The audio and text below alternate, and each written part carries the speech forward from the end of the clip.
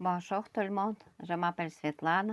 Je travaille avec le docteur Filon depuis plusieurs années. Périodiquement, j'enregistre les interviews avec les patients qui ont fait la cure au jeûne sec. Aujourd'hui, nous parlons à Elena qui a fait la cure au jeûne sec contre le cancer du sein. Salut Elena. Salut, salut. Je suis contente de saluer tout le monde qui va nous regarder cette vidéo et aussi faire partager cette information. Ce n'est pas une interview clinique. Nous faisons partager l'histoire. Chacun peut prendre ce dont il a besoin. Pour moi, c'est très personnel. J'ai fait connaissance d'Hélène il y a longtemps avant le diagnostic et le jeûne sec. Hélène s'intéressait. Nous avons enregistré plusieurs vidéos, interviews à ce sujet, le jeûne sec. C'était une intuition pour s'intéresser à ce chemin. Oui, c'était comme ça. Il y a 2 ans, je suivais ce que Svetlana faisait. Je m'intéressais beaucoup. J'avais l'impression que c'était une sorte d'une commande de cette expérience. Comment passer par cette... Ah oui, on peut dire une commande. Tu as eu une impulsion. À l'époque, tu n'as pas décidé d'y aller volontairement. À regret, il a fallu revenir autrement. Merci beaucoup que tu as été d'accord pour faire partager ton histoire. Et, chacun sans doute qui cherche maintenant son chemin de guérison va s'intéresser de cette histoire. Je veux ajouter que le choix choisi, c'est la décision personnelle de chacun. Jamais nous ne poussons personne et nous ne forçons personne au jeûne sec, mais en même temps, nous considérons très important d'éclairer les points clés. Merci beaucoup pour ta disponibilité, nous faire partager ton expérience. C'est très délicat, je comprends. C'est très important. Ah, mais au plaisir. Commençons au début. Raconte ton histoire quand tu as appris que tu as le cancer du sein. Quel était le diagnostic précis? Alors, je n'ai pas préparé les Kleenex, sans doute c'est très émotionnel. On aura besoin pour chaque personne qui a eu un jour un diagnostic. C'est très émotionnel. En 2024, en été, ce diagnostic a été prononcé. 2 mois avant, je ressentais une sorte d'une grande tension dans le sein, mais depuis de 8 à 10 ans, j'avais des kystes du sein, plusieurs kystes. Je les suivais périodiquement avec le spécialiste et je recevais le traitement standard. Après, les symptômes un peu diminuaient, mais il y a eu une sorte de volume excédentaire. Aussi, ces formations, je les sentais et un spécialiste me surveillait et contrôlait la situation. Et 2 mois avant, moi, j'étais allée chez un masseur, kinésiothérapeute, et lui, il a dit, il n'a pas aimé l'état de tout l'organisme. C'était lui le premier qui m'a parlé qu'il faut d'urgence vérifier les seins. J'ai écouté et je suis allée pour faire les examens et les tests. Et donc, je fais les examens nécessaires, plus profonds, en plus d'échographie, d'autres choses, d'autres tests plus détaillés. Quelle méthode les médecins ont proposé pour traiter les kystes? Pour traiter les kystes, c'était les médicaments chimiques qui étaient prescrits, disons, par les pharmacies classiques. Aussi, c'était des compresses, mais c'était un disconfort, même ça brûlait. Mais les spécialistes disaient que c'est normal, qu'il faut les faire, que c'est un traitement. Il faut un peu être patiente, supporter. Parfois, le volume du sein augmentait. Aussi, c'était pas du tout agréable, comme si c'était quelque chose qui tendait de l'intérieur, mais les médecins disaient que c'est possible pendant le traitement, c'est normal. Quand ça sera terminé, ça va s'en aller. Est-ce que tu as eu les résultats? Les résultats aussi.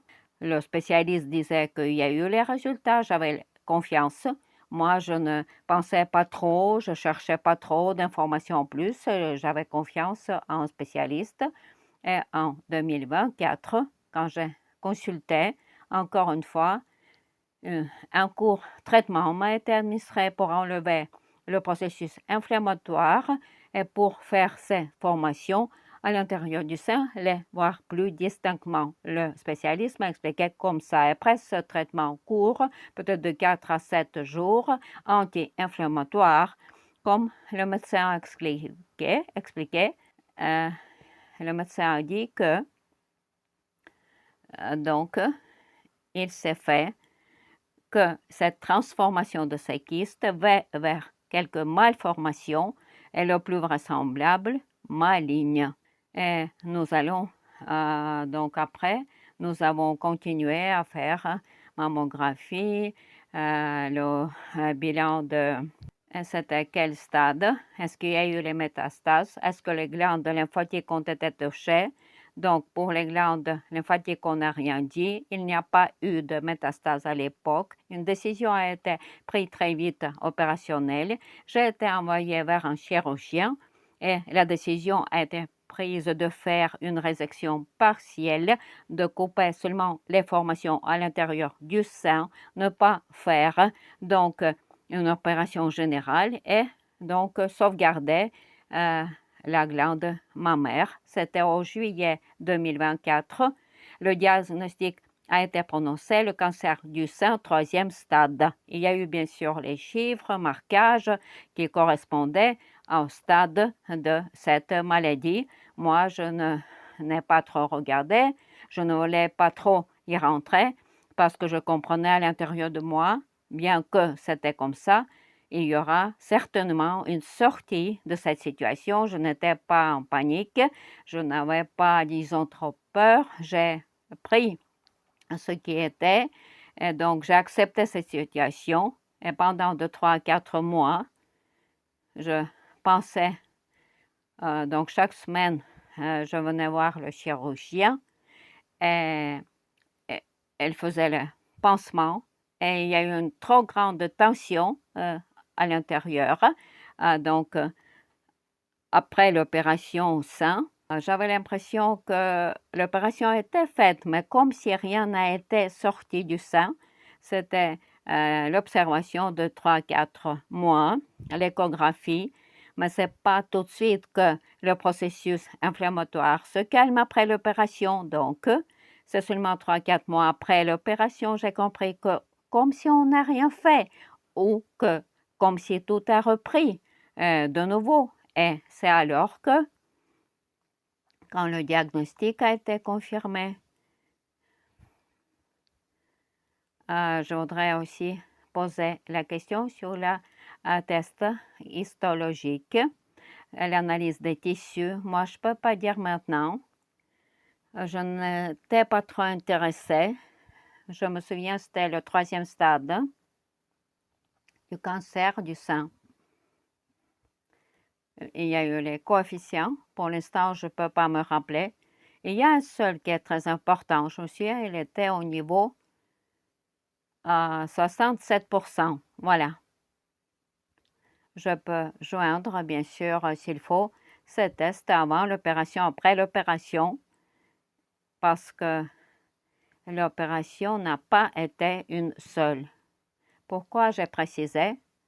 Parce que quand nous faisons ces interviews, nous parlons, il y a les gens différents. Parfois, il y a ceux qui ont très besoin de tous les termes médicaux, les diagnostics, mais nous ne joignons rien parce que, je répète, ce n'est pas une interview clinique. Seulement, nous faisons partager l'histoire réelle. Dis s'il te plaît, quelles recommandations les médecins ont données et surtout, combien de médecins tu as dû consulter. J'ai fait l'opération dans une clinique privée dans la ville de Chisinau, en Moldova. Et le médecin m'a donné à étudier ces examens histologiques. Il a dit que c'était le 3e stade du cancer.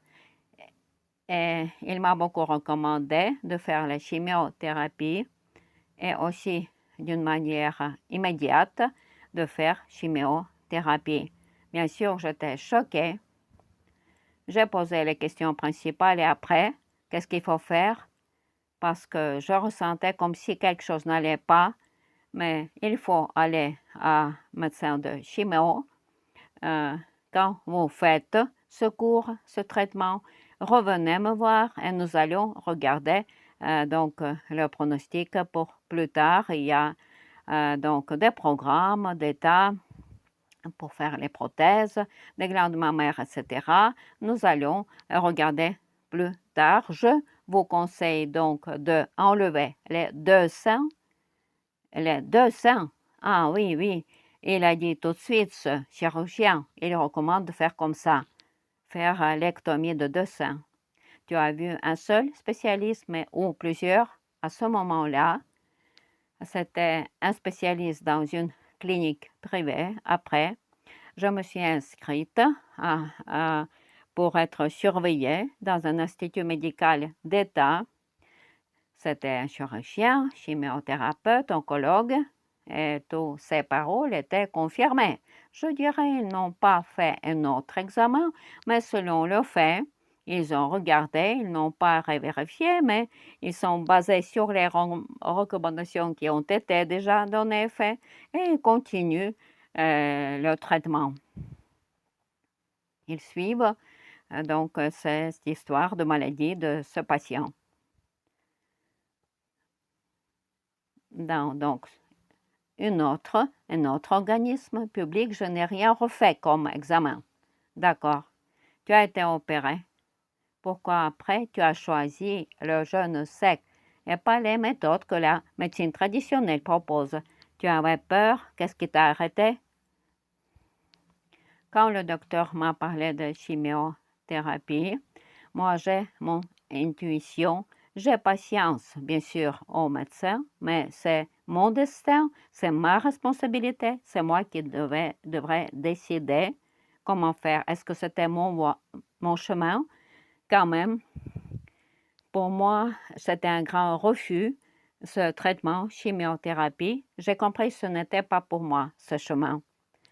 Donc, dans ma tête, c'était très vite que passaient les questions à qui je peux écrire, à qui je peux demander. Et moi, j'ai pensé tout de suite de toi. J'ai pris ton contact, je t'ai écrit quel diagnostic j'ai posé les questions. Sviata, comment faire dans ce cas? Comment jeûner au sec? Est-ce que je peux? Est-ce que ça vaut la peine que j'essaie? Toi, tu m'as aidé à prendre la consultation au docteur. Tu n'as pris aucune responsabilité sur toi, mais tu m'as déjà bien soutenu. Tu as dit, il y a une solution, mais c'est ta vie, c'est ton choix. Donc, réfléchis et tu vas prendre cette décision qui est importante pour toi maintenant.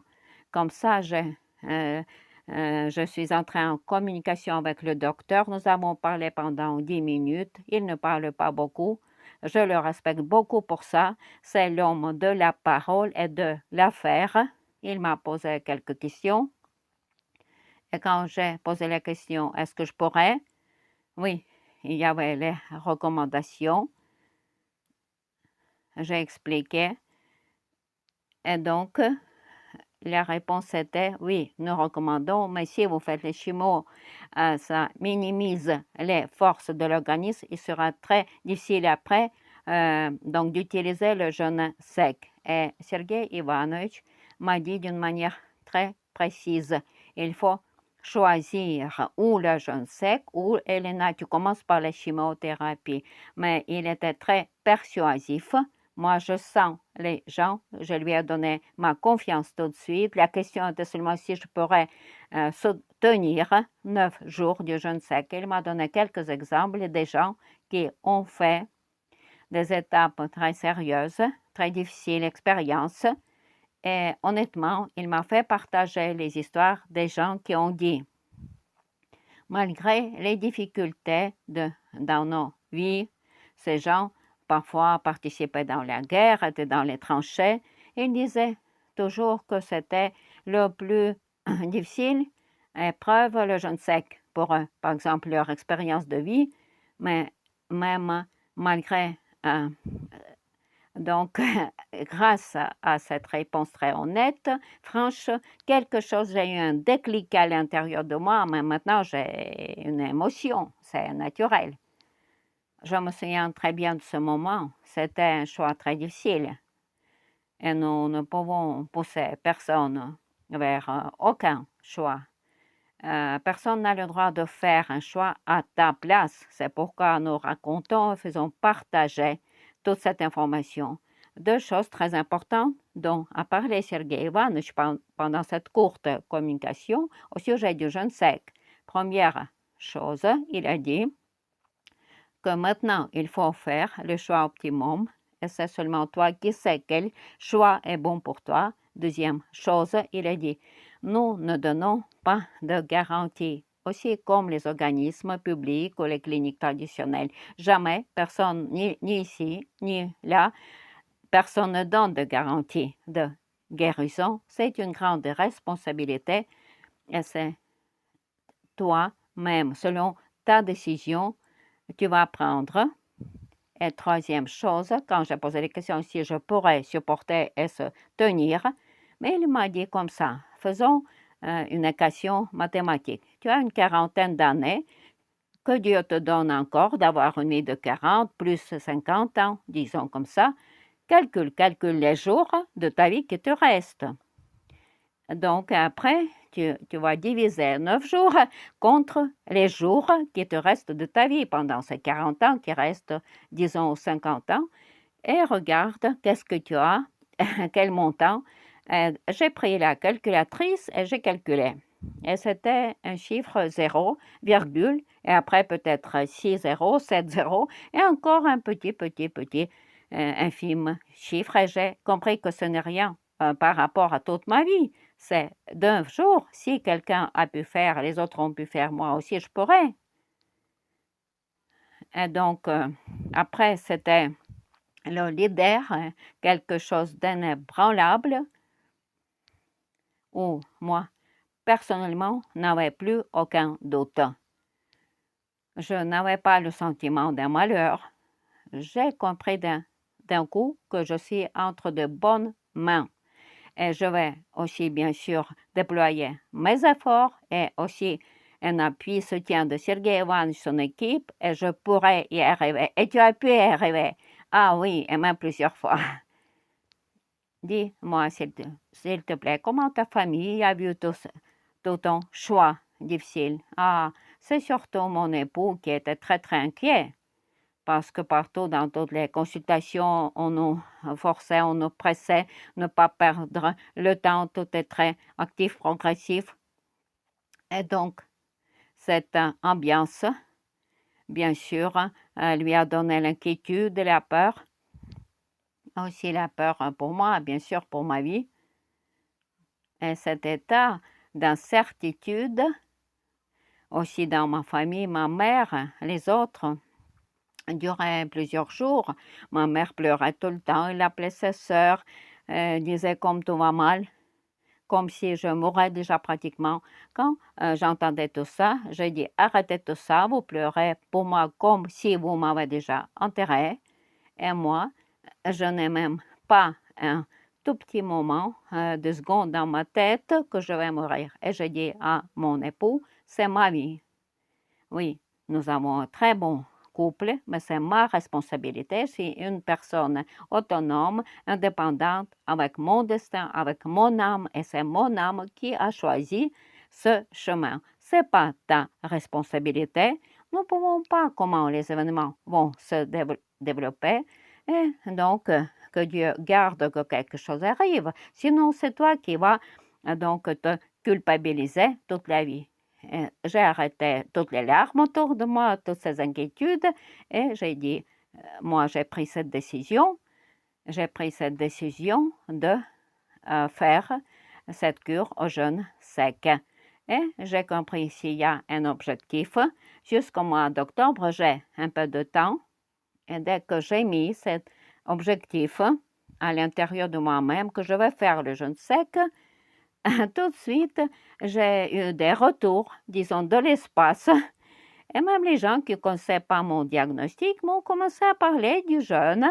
Allô, sans eau, comment les gens se guérissent par la médecine non traditionnelle. Donc, de tous les côtés, les gens ont commencé à venir vers moi, où j'ai pu avoir une information comme une confirmation de ce que j'ai voulu faire et que je suis sur le bon chemin.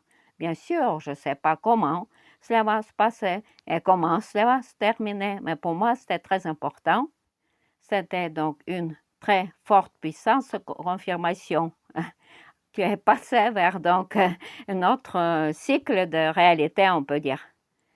Comment les médecins ont appris que tu n'as pas suivi leurs recommandations? Ah, ils ont commencé à m'haïr. Parmi tous les patients, j'étais la plus mauvaise dans cette grande file d'attente vers l'oncologue, vers le chimiothérapeute, dans toutes les cliniques à Gagauzia, ici dans la ville de Chisinau, et je voyais plusieurs personnes où les femmes déjà n'avaient plus d'énergie, pas plus de vie. Seulement, c'était la première consultation. Déjà, elle priait en pensant à ce médecin. Elle attendait un miracle, bien qu'on voyait déjà dans leurs yeux qu'elle comprenait qu'il ne reste pas beaucoup de temps et sans doute le miracle ne se passera pas et la vie ne sera plus longue. Je surveillais tout ça et quand je suis venue la première fois voir l'oncologue, j'ai dit, pour l'instant, je fais d'autres examens complémentaires. Pour l'instant, je ne suis pas prête de faire la chimiothérapie. Et les médecins ont commencé à m'haïr tout de suite. J'étais le plus mauvais patient. Dès que je venais, et il se fait une sorte de kipiche, un grand bazar, parce que tout le monde essayait de me persuader avec une agression, en me disant, faisant peur, m'humiliant, me blessant. Tout présenté comme si je n'avais aucun choix. Qu'est-ce que tu fais? Tu as une famille, tu as des enfants et tu n'as pas de responsabilité. Prends-toi entre les mains, regarde la vérité dans les yeux. J'ai entendu beaucoup de phrases comme ça. Malgré ça, j'ai dit merci, j'ai compris, j'ai entendu, j'ai pris ma carte médicale et je me suis allée faire mon premier jeûne sec. Donc, l'histoire de cette interaction avec les médecins après quand même avait la continuation, mais un peu différemment. Mais je peux dire que dans les polycliniques partout, on me haïssait.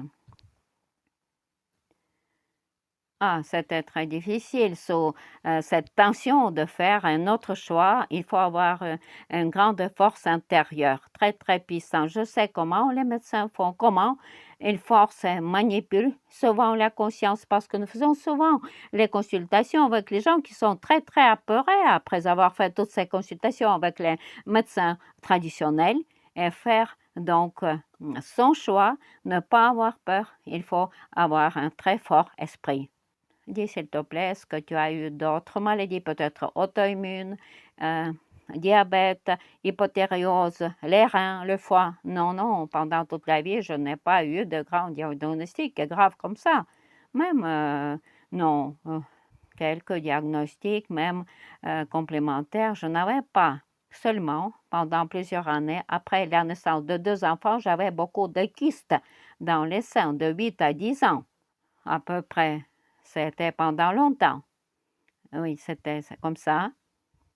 Je pense dans mon cas, peut-être, qu'est-ce qui a poussé vers le développement vite de ces kystes vers les malformations malignes. Sans doute, il s'est fait on peut dire, un accident dans ma vie, une fausse couche dans ma vie de femme, et c'était le délai assez avancé de 5 mois, et c'était les jumeaux. Donc, ce fait, des enfants qui n'ont pas été nés, parce que dans l'organisme, tout a été déjà lancé, se préparait à mettre au monde les enfants, même après cette fausse couche, même j'avais du lait dans les seins, et personne des médecins n'a. J'ai consulté les spécialistes, j'ai posé les questions, est-ce qu'il faut faire quelque chose? Peut-être il faut arrêter la lactation. Ne vous inquiétez pas, il me disait, c'est un processus naturel, seulement il faut vous remettre en bon état, bien sûr physiquement, moralement, après ce qui vous est arrivé. Et moi, je regardais tout ça et à peu près pendant 6 mois ou 9 mois, je savais déjà mon diagnostic. Donc, un cycle, on peut dire, c'est terminé. Ces enfants n'étaient pas mis au monde, sans doute une sorte d'une explosion très puissante à l'intérieur de l'organisme, aussi un grand stress. Tout ça a contribué à développer cette maladie. Surtout les malformations malignes. Sans aucun doute, un stress souvent sert d'un trigger pour lancer l'état de cancer. Dis, s'il te plaît, est-ce que les symptômes étaient avant que tu t'inquiétais pour ta grossesse? C'était pas, disons, c'était pas très, on peut dire, normal. J'avais déjà des enfants adultes de 16 ans, de 17 ans, notre famille. C'était très inattendu à mon âge, déjà une quarantaine. Bien sûr, je m'inquiétais beaucoup. Il fallait accepter cette situation. Mais j'ai pensé, si c'est arrivé, nous aurons les forces, les ressources et il y aura la possibilité d'éduquer ces enfants.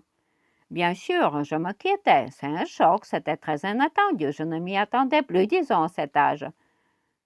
Quand nous parlons de la santé féminine en général, je voudrais comprendre le lien de retour. Est-ce que les médecins ont dit pourquoi?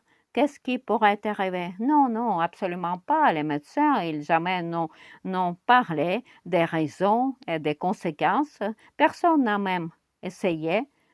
Et, disons, ils font pas ça normalement. Selon le fait, les examens, le diagnostic, c'est seulement à la base de, après l'opération de histologie, personne n'a cherché les causes, n'a pas pensé aux conséquences et les médecins ne disaient rien. Bien sûr, je me posais les questions, qu'est-ce qui pouvait provoquer cette situation?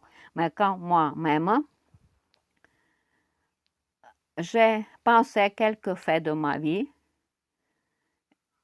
et après souvent, beaucoup de gens me parlaient, ah, c'est exactement ça, mais avant que je ne le dise, personne ne pensait à ce fait. Et les médecins disaient, je ne sais pas pourquoi, oh, c'est Dieu seul qui sait. Tu le dis du diagnostic du cancer du sein, c'est ça? Est-ce qu'il y a eu les suppositions pourquoi tu avais les fausses couches? Non, absolument non. Le résultat, c'était une grossesse non évolutive, peut-être un stress. Quand même une sorte de peur, comment je pourrais arriver, maîtriser. J'ai déjà de grands-enfants, j'ai déjà un peu oublié comment faire avec les tout-petits, les nouveau-nés. Sans doute, chaque femme a ses inquiétudes pour que les enfants viennent au monde en bonne santé, comment les allaiter, les deux. Tous les scénarios, je m'inquiétais, c'est vrai.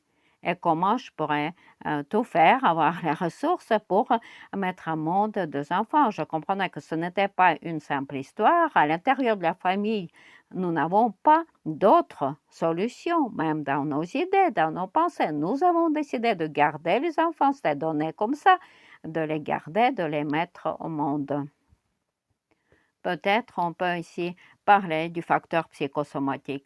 Oui, oui, sans aucun doute. Après, j'ai pensé et j'ai participé à une sorte de session avec plusieurs spécialistes, énergopraticiens, plusieurs méthodes psychosomatiques. Je travaillais avec les spécialistes même et je réfléchissais quelles raisons pouvaient provoquer cet état de santé à 40 ans. Et donc, plusieurs causes étaient au sentiment de la honte, au sentiment de la culpabilité dans mon enfance pour les choses les plus simples.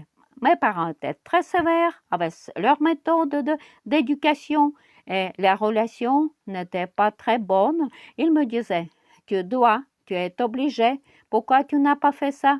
Et après, j'avais une punition, y compris une punition physique et la force physique.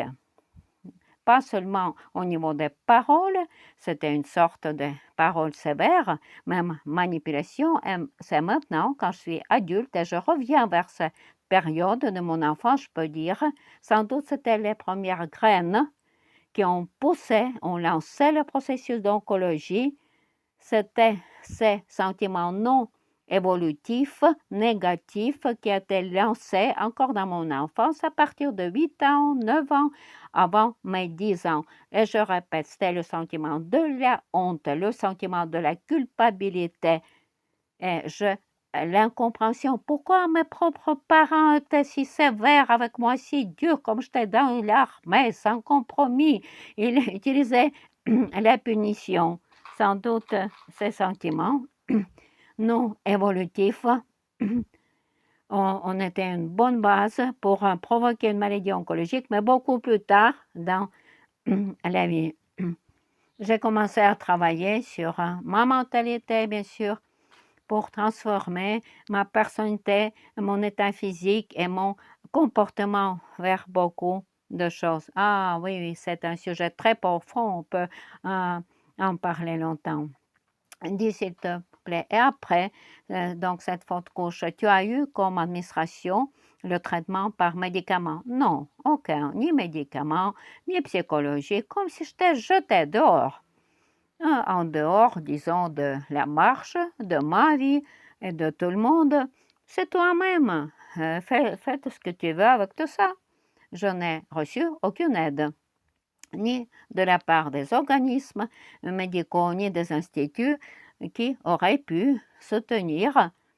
Bien sûr, une femme, quand même, ce problème, sans doute, est assez répandu. Et tout ce que j'ai fait moi-même.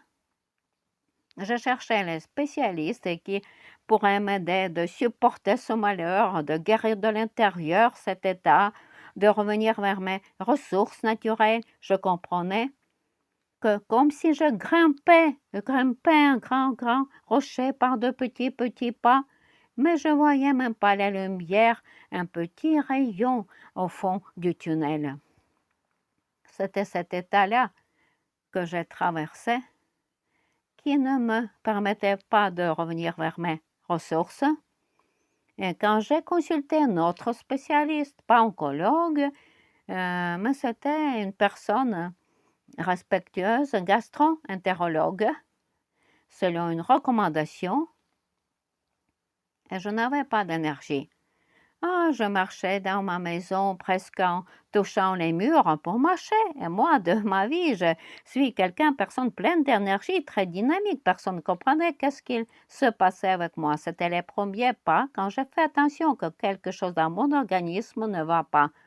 Et mon organisme est au service de quelque chose que je ne sais pas quoi parce que mon énergie va quelque part, je ne savais pas où. Une partie allait pour vivre, travailler tout ce malheur, la perte de la grossesse. Merci beaucoup, tu as donné beaucoup de détails, c'est très très délicat ce sujet. Revenons vers le jeûne sec. Tu es venu en retraite au Monténégro, tu as fait 9 jours de jeûne sec, tu te plaignais des kystes dans le sein, oui, dans le sein gauche de formation. Je faisais les échographies 2 mois après le jeûne sec, je refaisais périodiquement et je continuais à les surveiller. Et les médecins disaient c'est un peu bizarre, un peu étrange, une sorte comme de calcinate dans un seul espace et un certain délai. Après, j'ai compris que notre organisme, c'est un laboratoire non encore expérimenté, et Dieu merci à mon corps physique qu'il a localisé, on peut dire, tout ce qui était toxine dans mon organisme, dans ces canaux de la glande mammaire, de l'intérieur, et ça n'était pas sorti plus loin. Et donc, un certain temps après, j'ai compris que je dois examiner ce processus. Je ne peux pas laisser comme ça et remettre au plus tard. Et j'ai recommencé moi-même de faire les examens, passer dans l'institut oncologique. Aussi, j'ai eu une administration d'une autre chimiothérapie la plus puissante, la plus rouge, on peut dire. Aussi, on m'a proposé de couper le cycle d'une manière artificielle par des hormones. J'ai eu toute cette recommandation. J'ai tout écouté, j'ai tout entendu. Mais j'ai dit, même s'il y a une autre opération, je ne suis pas prête à faire la chimio, mais je vais réfléchir pour résoudre la question avec ce problème. J'ai reconsulté Sergei Ivanovitch, le docteur Filonov. Il m'a encore une fois rappelé qu'après la chimio, l'organisme est très très affaibli, donc sinon après avec le jeûne sec, nous ne pourrons pas t'aider.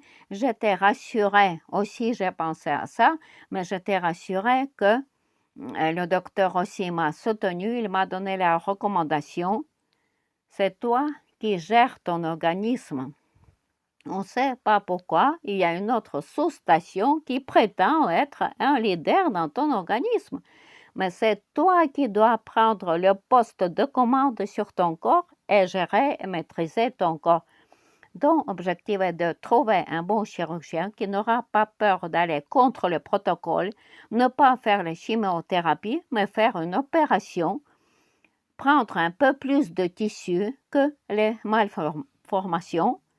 Et moi, j'ai prié aux forces supérieures que ce soit comme ça, que ce chirurgien soit trouvé un jour, 2 jours après, pendant une conversation avec quelqu'un. Une connaissance m'a recommandé un chirurgien dans la ville de Kitchener, dans une autre clinique privée. Et donc, quand j'ai vu la première fois cette dame, j'étais rassurée et tranquille. J'ai compris qu'une autre fois, je me suis retrouvée entre de très bonnes mains et elle va faire ce qu'il faut dans cette situation. Et donc, une autre opération mastectomie a été réalisée quand on sauvegarde l'organe, mais on enlève cette couche où se trouve la malformation et tous les tissus, disons, excédentaires, tout ce qu'on n'a pas besoin, on sauvegarde l'organe, la peau, le téton, et quand après il y a le diagnostic, la personne peut revenir pour faire l'opération esthétique. J'ai trouvé cette dame chirurgienne. Après l'opération, je me suis rétablie très vite, bien que c'était assez compliqué, parce que pendant l'opération, sur le même côté, à gauche, le chirurgien a décidé d'enlever 14 glandes lymphatiques, nœuds lymphatiques, et le chirurgien a dit, les analyses, c'est propre, mais sur les glandes lymphatiques. Mais si pendant l'opération quelque chose ne me plaît pas, donc je vous mets au courant car nous avons déjà fait un contrat avant l'opération que vous, donc je ne vais pas vous réveiller de l'anesthésie et poser les questions si vous êtes d'accord ou non. J'ai dit, je vous donne ma confiance. Si vous considérez utile enlever une telle quantité que vous trouvez nécessaire, c'était une grande opération et c'était après une grande couture, cicatrice sur l'aisselle gauche et c'était la peau et un téton qui sont restés. Mais je me suis rétablie très vite après cette opération. Pourquoi? Parce que j'ai suivi les recommandations de Sergei Ivanovitch. Il m'a prévenu. Si tu veux une bonne sortie, résultat après l'opération, il faut te préparer. Tu as patience, mais prépare-toi, ton corps physique. Et je demandais comment faire. Il a dit jeûne sec, opération, jeûne sec. Et j'ai ouvert les yeux grands ouverts. Encore, rentrer dans le même fleuve, refaire le jeûne sec. Mais j'ai eu déjà confiance en ce docteur et j'ai compris qu'il n'y a pas d'autre solution. Après le Monténégro, j'ai fait 2 jeûnes secs encore.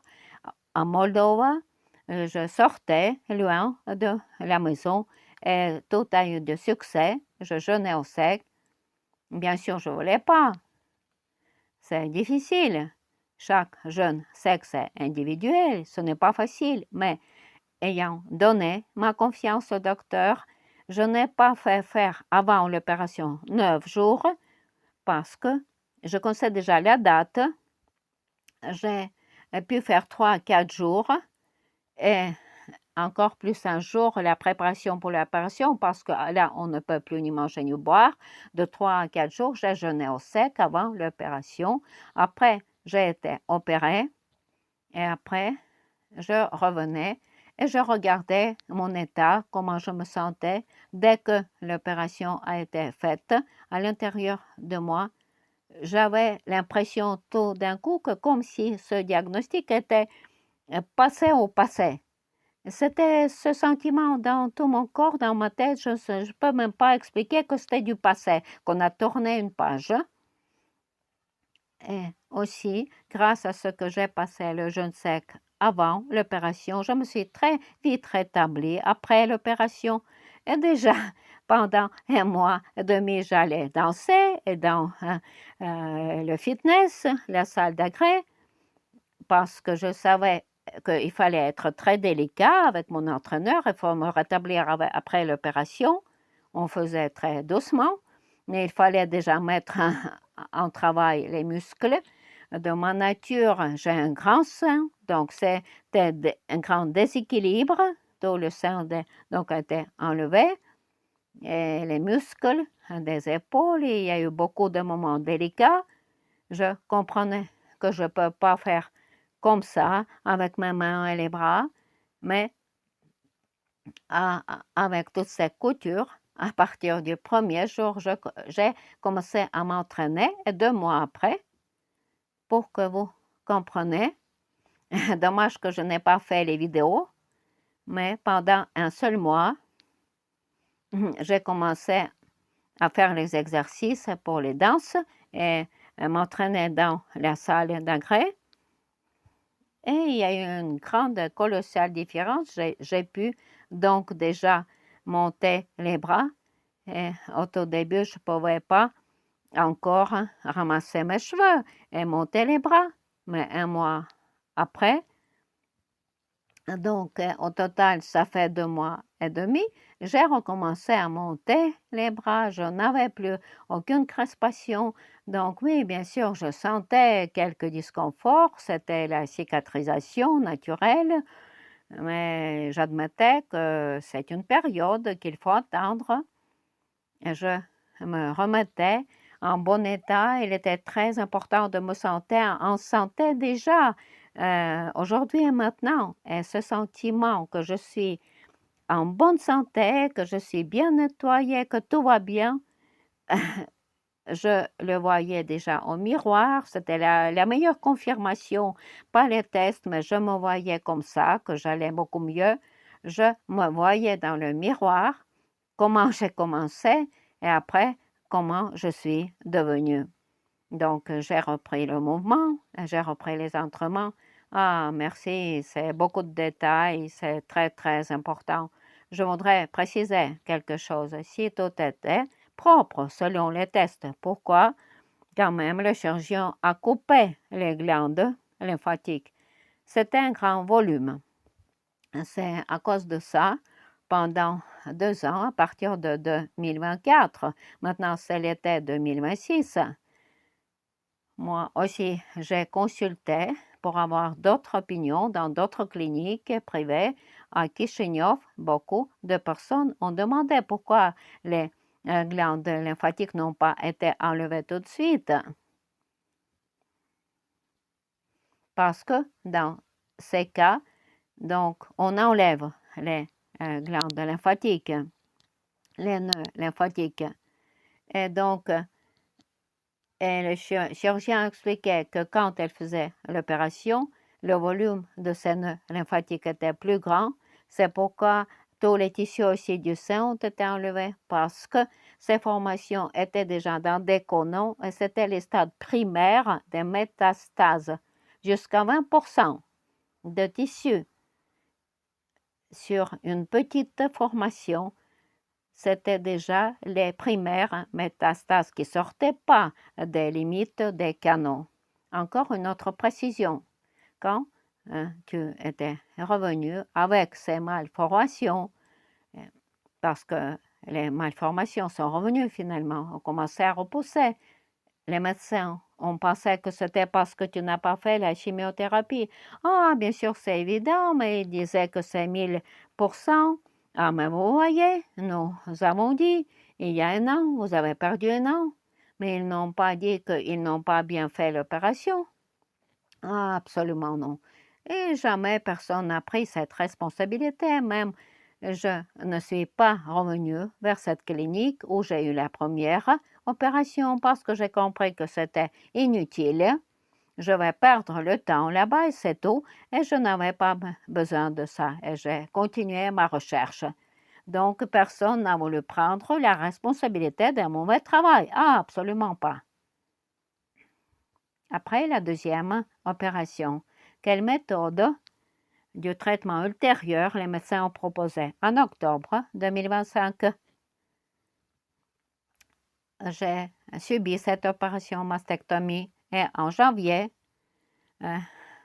2025, 2 ou 3 janvier, j'ai ressenti à l'intérieur de moi-même, je tâtonnais mon état selon la recommandation du médecin, faire le je ne sais qu'après l'opération. Et je tâtonnais ma situation quand je vais faire. Mais pour moi, c'est mon opinion. Je ne sais pas comment c'est pour les autres. Ce processus, on ne peut pas planifier 2 semaines après. À partir de lundi, je commence à jeûner. Pour moi, ce n'était pas comme ça. Je devrais poser la question de l'intérieur de moi-même, de l'intérieur de l'organisme. Est-ce que je suis prête ou non? Et cette fois, même, je n'avais pas besoin de me préparer longtemps, comme c'était pour le premier jeûne sec, par exemple. J'avais une préparation minimum, très courte, nettoyer l'organisme avant le jeûne sec, et j'ai compris que je vais faire 9 jours. Et c'était la première fois où je n'ai même chez moi à la maison, parmi ma famille, mais je faisais rien, j'étais responsable de rien, j'étais livrée à moi-même pour m'occuper de moi-même. C'était l'hiver chez nous, dans la steppe, à Moldova. C'était comme ça le contact avec la nature. Et la seule chose qui facilitait, euh, j'avais les recommandations du docteur de faire les infusions à l'eau froide, trop froide. Et je suivais ces recommandations d'une manière très précise pendant les premiers jours 3 fois par jour et après 5 fois par jour. Et pendant ces infusions, c'était comme une explosion d'énergie intérieure qui renforçait beaucoup mon énergie et ce chemin que je devrais passer. Et quand la deuxième fois, ces malformations ont été détectées, bien que c'était sans doute les restes qui n'ont pas été bien opérés la première fois, qui ont poussé après. Oui, la première opération n'a pas été de bonne qualité, qui a fait donc un coup pour développer ces malformations. Quand tu as donc rencontré tout ça la deuxième fois, est-ce que ta famille ne t'a pas forcé pour changer la méthode de traitement, pour que tu fasses la chimiothérapie? Ah, absolument pas. Ils n'ont pas posé des questions comme ça. Et ils me demandaient quelle est ta décision, c'est tout. Et déjà dans la question, il y avait les réponses. Tu vas jeûner, tu vas pas faire la chimiothérapie. Ah oui, c'était pour moi évident. Le risque plus grand de récidive est les premiers 2-3 ans, 6-5 ans sont déjà passés. Il y a de bonnes chances pour une bonne et longue rémission sans récidive. Et maintenant, les médecins, qu'est-ce qu'ils disent? Quelle est la trajectoire de ta guérison?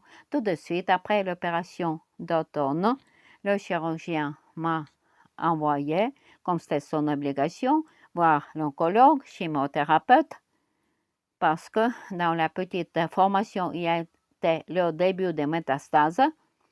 Il m'a été recommandé de consulter l'oncologue où j'ai reçu une recommandation de faire la thérapie hormonale pendant 5 ans et il est nécessaire de faire la thérapie radio pendant 3 mois, chaque jour, 15-20 minutes. Je suis allée voir ces spécialistes, j'ai entendu la stratégie et j'ai posé la question, Et pour ce moment, dites s'il vous plaît, qu'est-ce qui se passe avec mon organisme? Il me disait, mais regardez, pour le moment, votre organisme est complètement nettoyé, tout va bien, bien que à l'Institut oncologique, ils, quand même, voudraient respecter leur protocole chimiothérapie après l'opération. Mais deuxième fois, par la clinique privée, je n'ai pas respecté la étape chimiothérapie. Ils ont dit, mais vous êtes en bonne santé maintenant, mais il faut faire la prévention. Vous êtes une personne adulte, vous avez une famille, vous avez les enfants. Il faut prendre soin de vous. Et j'ai dit, d'accord, j'ai compris, mais s'il vous plaît, donnez votre avis, bien sûr. Mais s'il faut, je vais revenir vers vous dans un certain délai. Et je suis venue une autre fois vers le docteur Filonov et j'ai dit, Sergei Ivanovich, c'est comme ça la situation. Il m'a dit, mais qu'est-ce qui sera 5 ans après si tu fais ce traitement qu'il propose? Tu auras 5 ans après 120 kg du poids et tout sera en mauvais état suite à toute cette thérapie. Ils ne pourront plus t'aider avec le jeûne sec, ne pourront plus si tu fais maintenant. Et donc, ma carte de l'Institut oncologique a été bien rangée chez moi, quelque part sous la poussière. Je n'ai pas fait la thérapie hormonale, je n'ai pas fait la thérapie radio. Et donc, 9 mois après, j'ai fait 9 jours de jeûne sec. Après quelques mois encore se sont passés et début été 2026, j'ai fait tomographie d'ordinateur, KT, et où j'ai vu que l'organisme est complètement nettoyé. Il me reste seulement de faire quelque chose comme esthétique. Mais je te félicite, tu as fait un grand chemin. C'est vraiment une histoire époustouflante. J'étais même gênée que quand tu disais que tout était bien et propre, mais les tumeurs sont revenues, mais tu es sorti de cette histoire désagréable. Dieu merci que tout va bien. Maintenant, combien de fois il faut te surveiller maintenant? Mais je peux pas, je peux dire même, je ne sais pas. Je ne suis pas maintenant centrée sur la maladie. Je ne veux pas être malade. Je sais que pendant 4-6 mois, je vais refaire le jeûne sec de nouveau pour que ça reste dans ma vie pour cette année par prévention. Et il reste encore dans ma cagnotte, je vais mettre encore quelque chose dans la cagnotte de ma santé parce que j'ai compris après avoir fait 4 jeûnes secs très longs après le Monténégro que ce travail est très profond et pas seulement au niveau physique parce que avec chaque jeûne sec, quand je sortais du jeûne sec, je voyais la résolution des problèmes qui n'étaient pas résolus depuis 14 ans, depuis 16 ans et une fois depuis 20 ans avec mon entourage, avec les gens les plus proches. Et quelques jours après la sortie de notre jeûne sec, je recevais comme une sorte d'un bonus, on peut dire, du système, des forces supérieures. Et je trouvais cette solution comme je trouvais donc une sorte de... on me disait, tu as bien fait, courage, félicitations, et voilà, c'est un cadeau pour ça, pour tous ces efforts. Et ça est arrivé quand je sortais du jeûne sec. Et tout, c'était, je trouvais les solutions, tout simplement. Elles venaient d'eux-mêmes. Et donc, ce qui est physique, c'est la surface. Mais si on passe par le jeûne sec, et délai long, c'est toute la vie qui se transforme et on commence à voir tous les processus autour de nous comme de l'arbitre, l'arbitre de soi-même. Et 2 années après, je peux dire, si vous voulez résoudre beaucoup de problèmes dans votre vie, beaucoup de questions, n'attendez rien, n'attendez aucun diagnostic, aucune maladie. Faites le jeûne sec, même sans se poser la question pourquoi. Ah oui, d'accord. Allons quand même démolir les mythes parce que comme mesure de prévention aussi. Le jeûne sec est très important. Nous vivons partout, l'écologie est mauvaise, l'eau peut être, disons, polluer l'air, peut-être polluer, tout ne dépend pas de nous. Et j'espère que ça va être ta pratique de tous les ans. Je voudrais discuter avec toi, peut-être aussi, c'est une des questions dernières. Aujourd'hui, quel mythe sur le jeûne sec tu as entendu déjà parler? Ah, j'ai entendu beaucoup d'histoires, mais maintenant pourquoi je ris? Parce que les gens parfois disaient les choses, donnaient les commentaires quand j'allais faire le jeûne sec, ou j'ai déjà commencé à jeûner, ou qu'est-ce qui se passait après. Et il y a eu même des histoires beaucoup drôles et marrantes. On me disait que c'est mortel. Comment on peut prendre une responsabilité et prendre ce risque de faire le jeûne sec? On me disait, ah, jamais de la vie, il ne faut pas le faire, seulement jeûner à l'eau, sinon l'organisme va périr ou je vais provoquer encore d'autres maladies plus graves, car c'est le jeûne sec sans eau. Donc, on me disait que ce n'était pas possible, que c'est une grande exagération, que ce n'est pas réel. Et il y a eu beaucoup de commentaires marrants, parfois comme ça, très banals, où j'entendais, mais je les laissais passer près de moi sans faire attention à ça. Moi, je te regardais, surveillais comment tu faisais pendant 2 ans. Ta vie continuait, tu vois les amis au bord de mer, eux, ils boivent de l'eau sous le soleil. Et toi, à ce moment, tu étais au jeûne sec. Je me souviens très bien ces images de toi que j'avais. Comment tu jeûnais pendant les vols. Dans toute ta vie, tu utilisais le jeûne sec, mais la vie continue. Et toi, tu es le meilleur exemple pour moi que c'est possible. Jeûner 1 jour, 3 jours, 9 jours au sec, tout est possible, surtout si la personne comprend pourquoi elle le fait. Moi, je n'avais aucun doute parce que je comprenais que je veux faire encore beaucoup de choses dans ma vie, beaucoup de choses très intéressantes pour maintenant lancer le programme de la fin de ma vie. Ah oui, le programme de la fin de la vie, pour terminer la vie, tu as bien dit.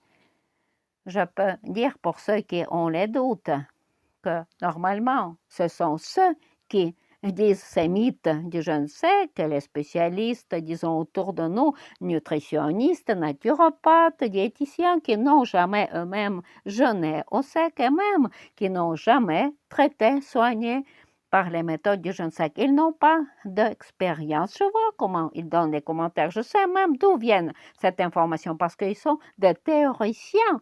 Ils lisent la littérature occidentale où il y a beaucoup de mythes, il y a beaucoup de contradictions.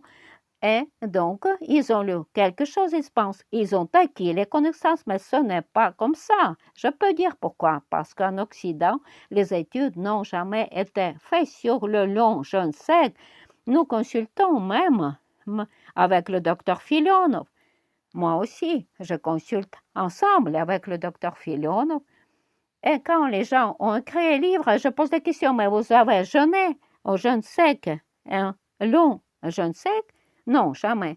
Qu'est-ce qu'ils font? Ils copient l'information des théoriciens qui ont donné une information dans d'autres livres, copient et mettent dans leurs livres. Mais c'est la théorie. Ils n'ont jamais eu cette expérience personnelle.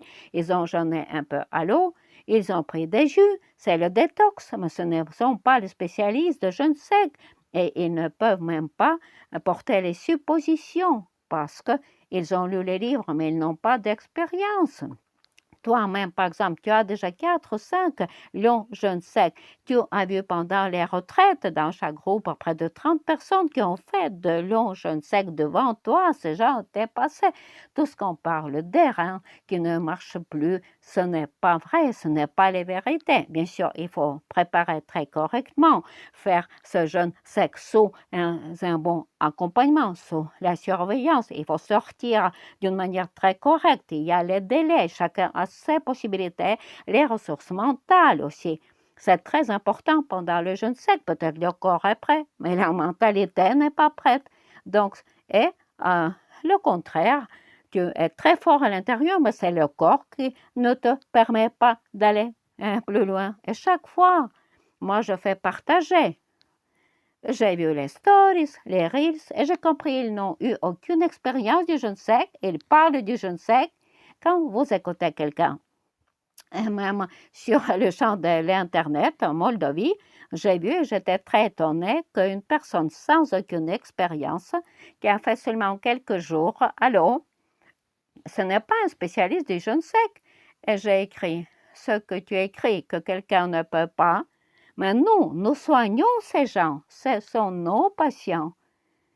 Et nous aidons ces gens. Et si vous avez donné votre confiance à quelqu'un, mais ce n'est pas un bon spécialiste, pour moi aussi c'est un sujet karmique, c'est-à-dire pour vous, pour cette personne, c'est profitable de continuer à être malade, ou c'est votre karma qui vous dicte ça.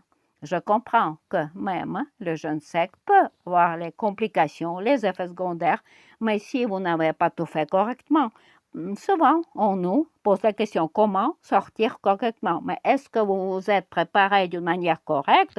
Est-ce que vous avez fait le jeûne sec d'une manière correcte? C'est tout un système. Il faut tout faire d'une manière logique, en sécurité. Et toi, tu étais déjà prête pour ça. Tu avais une impulsion depuis des années. Tu allais vers cette direction, mais les priorités avant étaient d'autres. C'est pour ça que tu n'as pas trouvé le motif, mais le motif était venu et tu n'as plus d'autres variantes. Absolument. C'est ça, tu as raison. Je voudrais aussi dire que j'avais la même chose après le jeûne sec quand j'étais revenue. Beaucoup de gens disaient, mais dites-moi, moi j'ai ça. Mais je dis, je ne suis pas spécialiste du jeûne sec. Seulement ce que je peux dire, c'est mon expérience personnelle. Mais c'est très individuel. Avec les mêmes diagnostics, deux personnes différentes ont les choses différentes. Donc, il faut prendre les consultations avec le docteur, s'il vous plaît. Je peux donner les contacts, écrivez. Mais je peux seulement vous faire partager mon expérience, mais je n'ai pas le droit d'apprendre à quelqu'un, ce n'est pas mon objectif. Je suis comme vous, un patient comme les autres.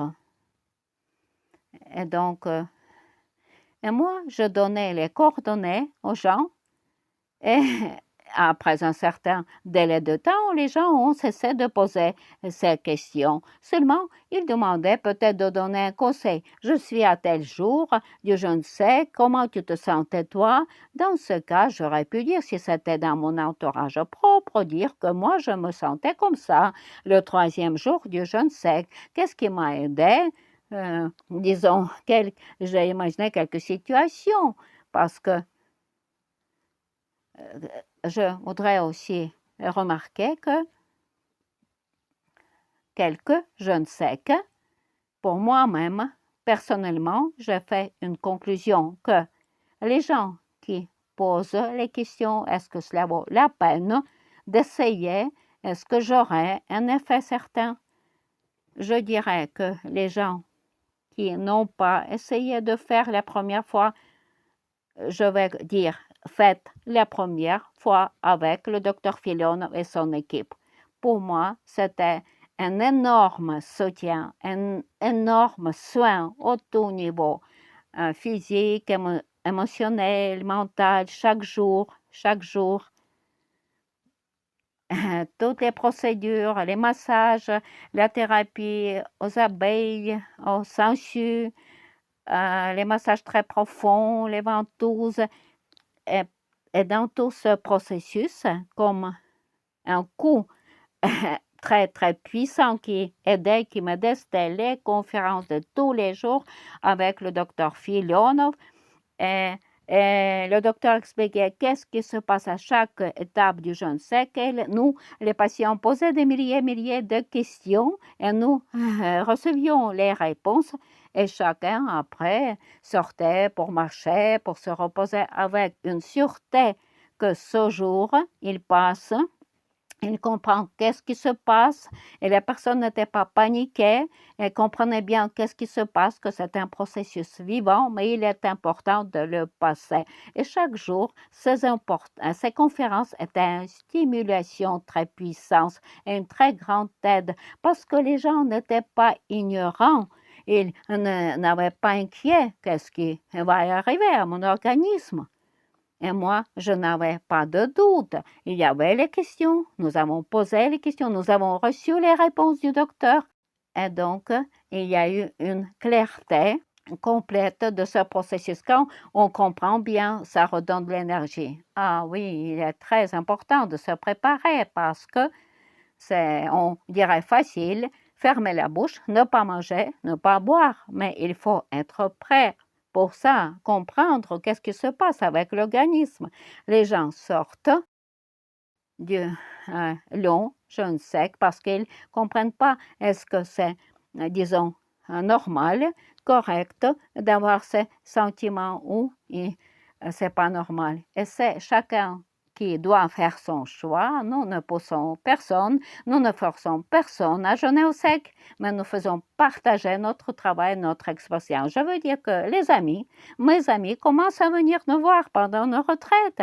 Mais moi, je suis déjà dedans depuis 10 ans et depuis tant d'années, mon entourage, comme les amis, commencent à être prêts, s'intéresser, viennent à nos retraites. Même mes parents maintenant viennent. Et peu à peu, je dirais, chacun a son chemin. Je vous conseille donc souhaite de faire un bon choix. Merci beaucoup pour ton temps, pour ton énergie. C'était très chargé en énergie dynamique parce que c'est la pratique, ce n'est pas la théorie. Nous sommes des praticiens. Je te remercie pour ton histoire. Je te souhaite un avenir excellent. Je sais que tu as une bonne énergie, pleine d'énergie. Tu te développes dans tous les domaines, aussi dans le psychologique. Je te souhaite de grands succès, une bonne santé. Nous allons toujours garder un contact, être en bon contact. Merci beaucoup, Svieta, aussi pour ta confiance. Ça fait même plaisir pour moi de faire partager mes résultats. Toujours, je fais partager. Même pas si je n'ai pas eu tout de suite les résultats, mais je me souviens toujours des paroles du docteur Filonov. Ne vous pressez pas, n'attendez pas les résultats immédiats, n'attendez pas les résultats vite, n'attendez pas les garanties qu'on vous promet de chaque moniteur, mais rentrez tranquillement dans donc cette guérison et vous, pas à pas, et vous allez arriver et vous pourrez tout faire. Et donc tout peut encore arriver. Et quand faites votre choix, prenez ce chemin et marchez sur ce chemin et il vous donnera beaucoup de joie. Dans votre vie, vous aurez beaucoup de joie pour tout ce que vous aurez comme résultat. Merci beaucoup. Merci.